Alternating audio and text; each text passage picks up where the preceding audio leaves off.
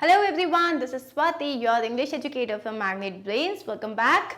In this video, as discussed last time in our last video, we already were done with the practice sheet A of our 5th unit from the book English Channel. Now we are going to start with the practice sheet B. अब इसमें हम क्या क्या cover करने वाले हैं? Vocabulary में we are going to see some antonyms, मतलब opposite words. Grammar में all about conjunctions. Coordinating, subordinating and correlative conjunctions. Then writing में we'll see an informal letter. So let's start. Now here the first question is use a dictionary to find antonyms of these words, then write them in the blanks. अब ये बहुत easy है. Abnormal का opposite normal, fit का opposite unfit, active inactive, courage cowardice, dangerous harmless. Next है हमारे पास healthy, healthy का unhealthy, hygienic unhygienic, loss का हो जाएगा फाइंड, प्रिवेंशन मतलब बचाव का हो जाएगा सपोर्ट एंड सैनिटरी मतलब हाइजीनिक का ऑपोजिट हो जाएगा डर्टी. नेक्स्ट क्वेश्चन है द बॉयज वर अफ्रेड. अब आपको जो भी वर्ड्स अंडरलाइंड है बस उनके ऑपोजिट वर्ड्स बताने. तो यहाँ पे क्या हो जाएगा द बॉयज वर अफ्रेड का हो जाएगा अफ्रेड का opposite unafraid. The floor above was dark. तो यहाँ पे क्या हो जाएगा the floor above का opposite below, always का opposite never, after का opposite before, ascended का हो जाएगा descended. ascended मतलब ऊपर जाना, descended मतलब नीचे आना. फिर again the fragrance attracted us. attracted का opposite repelled. attract मतलब कोई की तरफ खींचना, repel मतलब अपने से दूर करना. The man admitted his guilt. तो उसने जो भी उसकी गिल्ट थी उसको उसने एडमिट कर लिया मतलब मान लिया. एडमिट का ऑपोजिट क्या होता है डिनाई करना, denied. There is abundant water in the reservoir. तो वाटर का जो पानी जहाँ स्टोर करते हैं उसमें abundant मतलब बहुत सारा पानी है. abundant का ऑपोजिट हो जाएगा scarce, SCARCE. It is likely that the examination will be postponed. ऐसी बहुत चांसेस हैं कि एग्जामिनेशन जो है पोस्टपोन हो जाएगा, इसका मतलब डिले हो जाएगा. तो इसका ऑपोजिट क्या हो जाएगा एडवांस्ड. एडवांस मतलब जल्दी हो जाएंगे. The advent of the monsoons made the farmers happy. Advent का मतलब होता है आना. तो एडवेंट मतलब आना, मॉनसून्स के आने से फार्मर्स हैप्पी हो गए. तो एडवेंट का ऑपोजिट हो जाएगा डिपार्चर, चले जाना. तो ये हो गए हमारे आंसर्स. नेक्स्ट क्वेश्चन देखते हैं. अब यहाँ हमें सबऑर्डिनेटिंग कंजंक्शंस यूज करने हैं. सबऑर्डिनेटिंग कंजंक्शंस वो कंजंक्शंस होते हैं, वो जॉइनिंग वर्ड्स होते हैं जो एक डिपेंडेंट और एक इंडिपेंडेंट क्लॉज को आपस में जोड़ते हैं. जैसे कि although it was raining I still went out. तो जबकि बारिश हो रही थी मैं फिर भी बाहर चला गया. और it can be like even though I was hungry I did not eat anything. मैं जबकि मैं बहुत ज़्यादा मुझे भूख लगी थी फिर भी मैंने कुछ नहीं खाया. या I went to see her as soon as I got to know about her मतलब जैसे ही मुझे उसके बारे में पता चला मैं उससे मिलने गया. तो यहाँ पे क्या है आपके जो सेंटेंसेस होते हैं एक सेंटेंस कंप्लीट होता है, एक सेंटेंस इनकम्प्लीट होता है जो कि आपके इंडिपेंडेंट क्लॉज पे डिपेंड करता है. और यहाँ हम यूज करते हैं सबऑर्डिनेटिंग कंजंक्शंस. इसकी थ्योरी आपको इसके प्रीवियस वीडियो में मिल जाएगी जहाँ आप इसको अच्छे से समझ लोगे. अब हम क्वेश्चंस देखते हैं. I will wait till you arrive. अब यहाँ पे टिल एक सबऑर्डिनेटिंग कंजंक्शंस है, इसी तरीके से हमें सब में यूज करने हैं. हमें ऑप्शंस नहीं दिए हैं, so we have to use our brains. I will call you dash I get home. I will call you as soon as I get home. अब यहाँ पे मतलब मैंने क्या यूज किया है I am using as soon as. क्यों? मतलब जैसे ही मैं घर पहुंच जाऊंगी I will call you. Did Roberta say anything dash she left? क्या रॉबर्टा ने निकलने से पहले कुछ भी कहा? अब यहाँ मैंने क्या यूज किया before she left. Before she left. The baby gets very grumpy dash it's tired.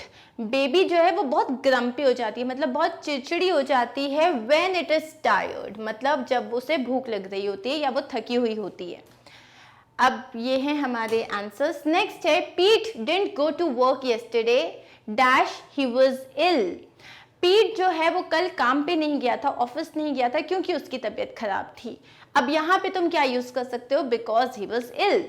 I will lend you my car dash you promise to be careful. I will lend your call if you promised to be careful, मतलब अगर तुम promise करते हो कि तुम careful रहोगे तभी मैं तुम्हें अपनी कार दूंगा. Dash you win $1 million, it doesn't mean you will be happy. Even if you win $1 million, उससे जरूरी नहीं है ये हो कि आप बहुत खुश हो जाओगे, हो सकता है आप खुश नहीं हो.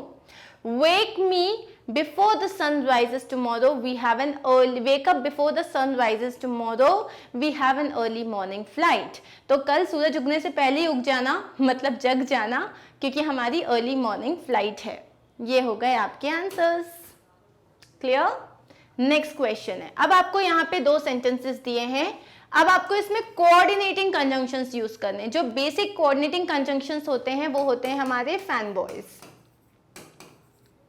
मतलब फॉर, एंड, नॉर, बट, उसके बाद यहाँ पे बी, ओ, और, येट और सो. ये होते हैं आपके बेसिक कोऑर्डिनेटिंग कंजंक्शंस. तो अब हम इन्हीं को यूज करने वाले हैं ये जो 2 सेपरेट इंडिविजुअल सेंटेंसेस हैं इनको ज्वाइन करने के लिए. She objected at first, she finally agreed. हमने क्या बोला? She objected at first, comma लगाया, but she finally agreed. तो यहां हमने किसको यूज किया है? but को. अब यहाँ पे but कब यूज होता है? जब आप 2 ऑपोजिट सेंटेंसेस की बात कर रहे हो. मतलब पहले वो मना कर रही थी, बाद में उसने हाँ बोल दिया. तो ये दोनों जो हैं कॉन्ट्रास्ट आइडियाज बता रहे हैं. The nights are pleasant, the days are very hot. तो नाइट्स तो बहुत प्लेजेंट होती हैं लेकिन डेज जो होते हैं वो हॉट होते हैं. तो अगेन ये कॉन्ट्रास्ट आइडियाज बता रहे हैं. तो हमने यहाँ पे क्या यूज कर लिया? But, and we added the 2 sentences. The nights are pleasant but the days are very hot. She does not like ice cream, she doesn't like cake. उसको आइसक्रीम भी पसंद नहीं है, उसे केक भी पसंद नहीं है. तो मैं ऐसे बोल सकती हूँ उसको आइसक्रीम और केक पसंद नहीं है. मैंने यहाँ पे यूज किया and I said she does not like ice cream and cake. Very simple. अब एंड यूज आप तब करते हो जब आप सेम आइडिया के बारे में बात कर रहे हो. I take milk in my tea, I don't take milk in my coffee. Again यहाँ पे आप कॉन्ट्रास्ट आइडियाज बता रहे हो कि मैं मिल्क में तो मतलब मैं चाय में मिल्क लेती हूँ लेकिन कॉफी में मिल्क नहीं लेती. तो यहाँ होगा I take milk in my tea but I don't take milk in my coffee. I am on a diet, I did not eat a piece of cake at the party. मैं जो हूँ diet पे हूँ इसलिए मैंने party में cake का एक जरा सा भी पीस नहीं खाया. सो आप इसे कैसे बोलोगे? इसीलिए मैंने नहीं खाया. तो आप बस लगा दोगे so. I am on a diet, so I did not eat a piece of cake at the party. Natasha is an excellent pianist. She is a great cook too. अब नताशा बहुत अमेजिंग एक पियानो प्लेयर है और वो cook भी बहुत अच्छा करती है. तो अब हम यहाँ पे दोनों जगह नताशा की तारीफ ही की जा रही है ना, मतलब डायरेक्शन तो एक ही जा रहा है. हमने सिंपली एंड यूज कर लिया. Natasha is an excellent pianist and a great cook too. Thomas has a dental appointment. He will be late to work. Thomas का एक dental appointment है, वो आज काम के लिए लेट हो जाएगा. So Thomas has a dental appointment, इसलिए वो आज काम के लिए लेट हो जाएगा. तो हमने क्या लिखा? So he will be late to work. Asha can play football very well. She does not participate in matches. आशा बहुत अच्छा खेलती है फिर भी वो मैचेस में पार्टिसिपेट नहीं करती. तो हम यहाँ यूज करेंगे yet.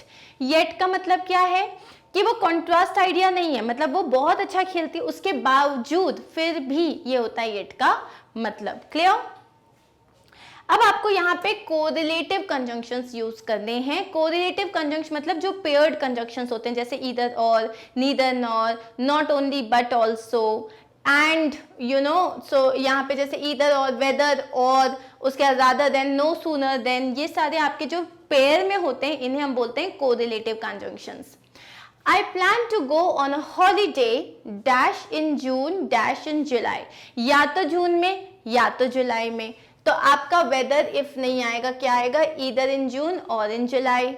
Dash I'm feeling happy dash sad I try to keep a positive attitude. चाहे मैं हैप्पी फील कर रही हूँ या मैं सैड फील कर रही हूँ, मैं हमेशा खुश रहने की कोशिश करती हूँ. तो अब यहाँ पे बोलो इधर, या तो मैं ये नहीं या तो नहीं. चाहे तो यहाँ हम यूज करेंगे whether I'm feeling happy or I'm feeling sad, I always try to keep a positive attitude. Dash had taken my shoes off, dash I found out we had to leave again. जैसे ही मैंने अपने shoes उतारे मुझे पता चला हमें फिर से बाहर जाना है, तो इसमें हम यूज करेंगे no sooner, मतलब बस अभी उतारे ही थे वापस मुझे जाना पड़ा.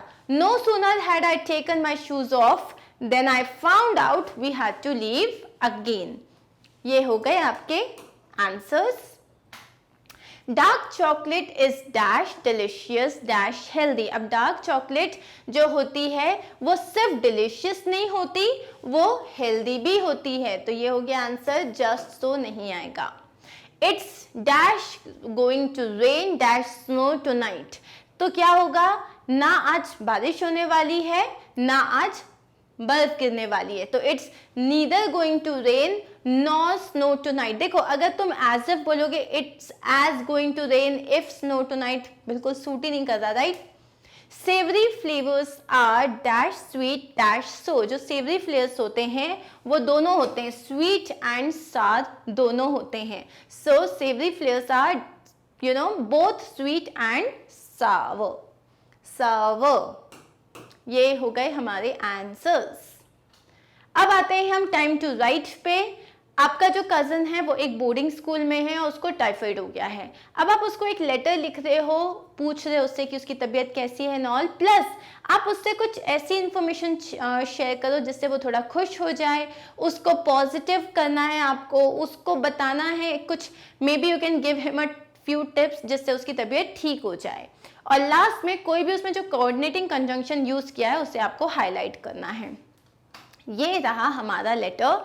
सबसे पहले हमने क्या लिखा, क्योंकि एक इनफॉर्मल लेटर है, आप लिखोगे सेंडर्स एड्रेस, रिसीवर्स एड्रेस और सब्जेक्ट नहीं आएगा. You will leave a line, date लिखोगे, again leave a line, direct salutation आ जाएगा, dear Rakesh. Hope this letter finds you recovering and convalescing fast. Convalescing मतलब क्या होता है, रिकवर करने का एक और वर्ड होता है. कॉन्वल्सिंग मतलब जल्दी तुम्हारी तबीयत ठीक हो रही है. इस वर्ड को लिखोगे तो मैम को भी लगेगा यार बंदे की वोकैबुलरी बड़ी अच्छी है. I was very much shocked and concerned to have known about your illness. मैं बहुत शॉक हो गया था और मैं बहुत परेशान हो गया था तुम्हारी तबीयत के बारे में सुन के. I would like to advise you a few golden tips for your faster recovery. तो तुम्हारी faster recovery के लिए मैं तुम्हें कुछ golden tips देना चाहता हूँ. Kindly do not allow any negative thought or worry to upset the peace of your mind. तो आपके जो दिमाग को हमेशा शांत रखना, ज़्यादा परेशान मत होना और स्ट्रेस मत लेना, अपने माइंड के पीस को मेंटेन करना. With peace in your mind you will recover fast. अगर तुम यहाँ पे इस चीज़ को शांत रखोगे, मतलब अगर तुम्हारे माइंड में पीस रहेगी तो तुम बहुत जल्दी रिकवर करोगे. If possible, do watch some amusing, comic and humorous movies, programs, etc. तो अगर तुम्हारा मन करे तो तुम कोशिश करना कुछ बहुत हंसी मजाक वाली मूवीज देखो, कार्टून्स देखो, प्रोग्राम्स देखो. Laughter really heals very fast. मतलब जब हम हंसते हैं, मुस्कुराते हैं तो हमारी बॉडी बहुत जल्दी चीज़ों के लिए पॉजिटिवली रिएक्ट करती है. We have the selection of school cricket team after a month. हमारी स्कूल क्रिकेट टीम का 1 महीने बाद सिलेक्शन है. You are our star player और तुम हमारे स्टार प्लेयर हो. So you need to be all right to be the captain again. तो वापस कैप्टन बनने के लिए तुम्हें जल्दी से अपनी तबीयत ठीक करनी पड़ेगी and defeat the XXX team once again. और जो भी टीम है उसको तुम्हें डिफीट करने के लिए, हराने के लिए रेडी होना चाहिए.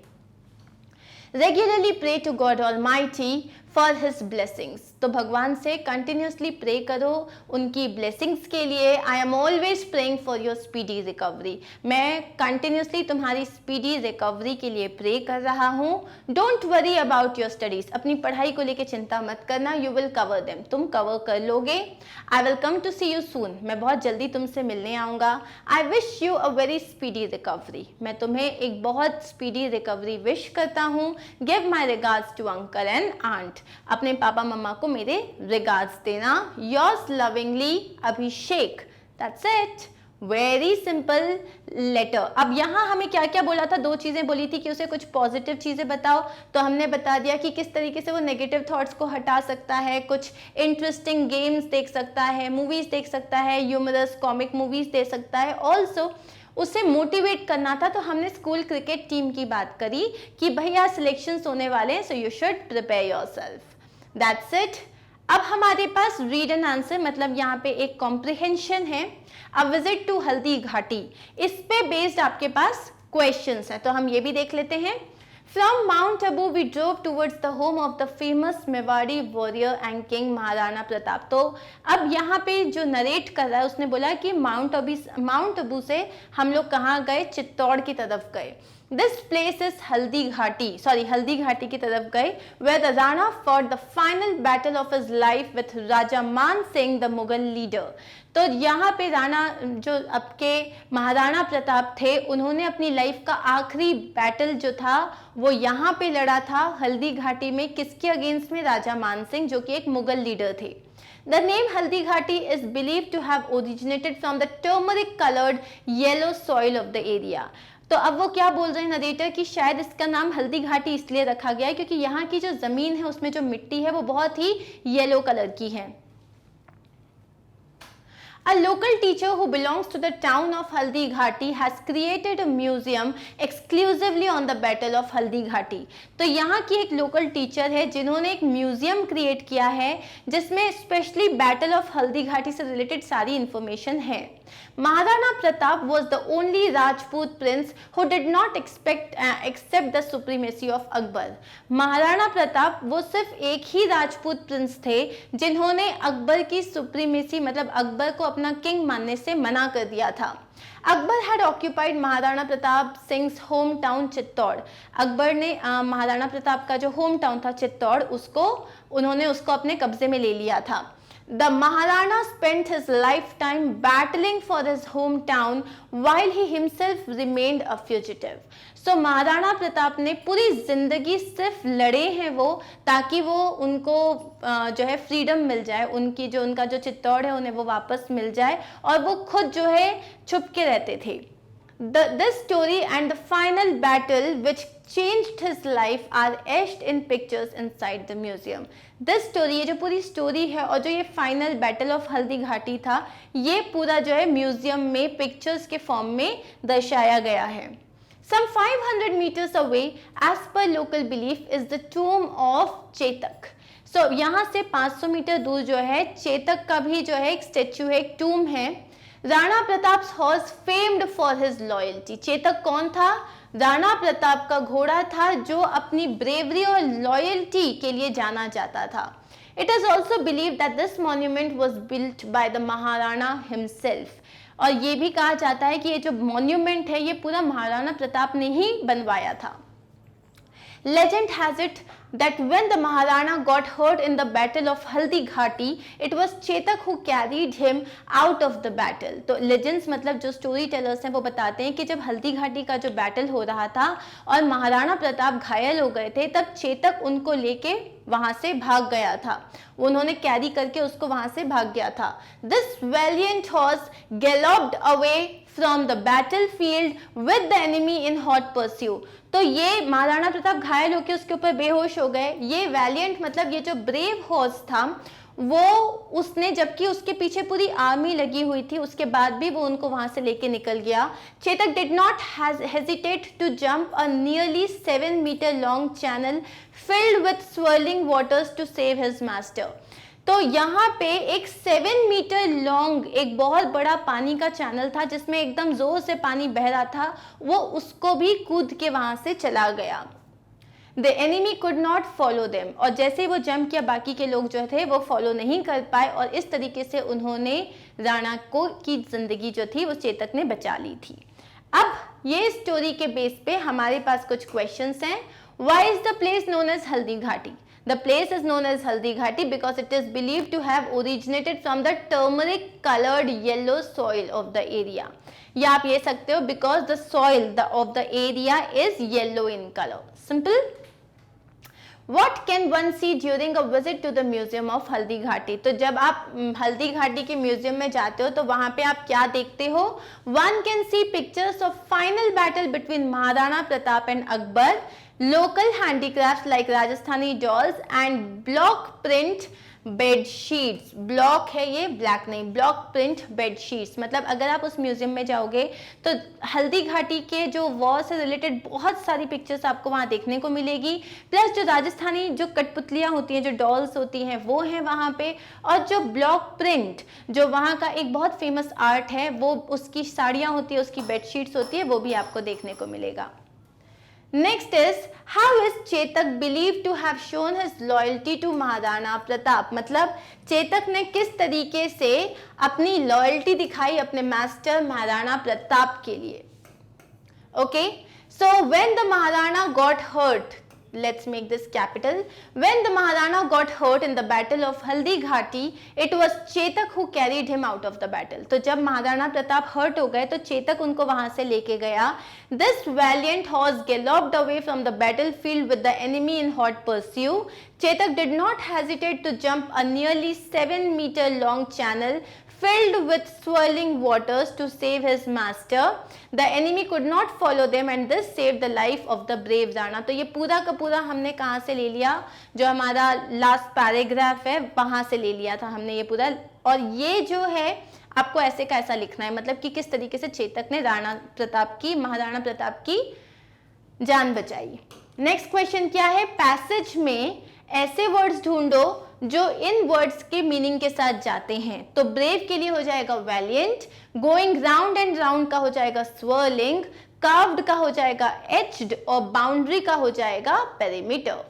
अब इसमें आपको क्या करने हैं? Away from. अब इसी पैसेज में से away from, destroyed, endanger, reject, इनके एंटोनिम्स ढूंढने हैं एंड आपको सेंटेंसेस फॉर्म करने हैं. तो अवे फ्रॉम का ऑपोजिट हो जाएगा टू वर्ड्स, मतलब उसकी तरफ. We should not go away from our family, तो हमने यहाँ पे अवे फ्रॉम का सेंटेंस भी बना दिया. डिस्ट्रॉयड को ऑपोजिट होता है created. He destroyed the entire city, उसने पूरी सिटी डिस्ट्रॉय कर दी. एंडेंजर का मतलब होता है खतरे में डालना, तो उसका ऑपोजिट हो जाएगा save. He endangered the life of his team. और रिजेक्ट का ऑपोजिट होता है एक्सेप्ट, तो I reject your offer. That's it. Thank you so much, guys. We are done with the 5th unit of our practice sheet English channel book. In our next video, we are going to start with the 6th unit and we'll do practice sheet A and B. So stay tuned with me. Also remember, if you understood the answers and if you like the video, then do not forget to like, share and subscribe. It only takes a second. Also, please visit our website, which is magnetbrains.com. It is very easy to find out the videos there. Just click on courses, select the class. So suppose you want to visit English channel, go to class 7.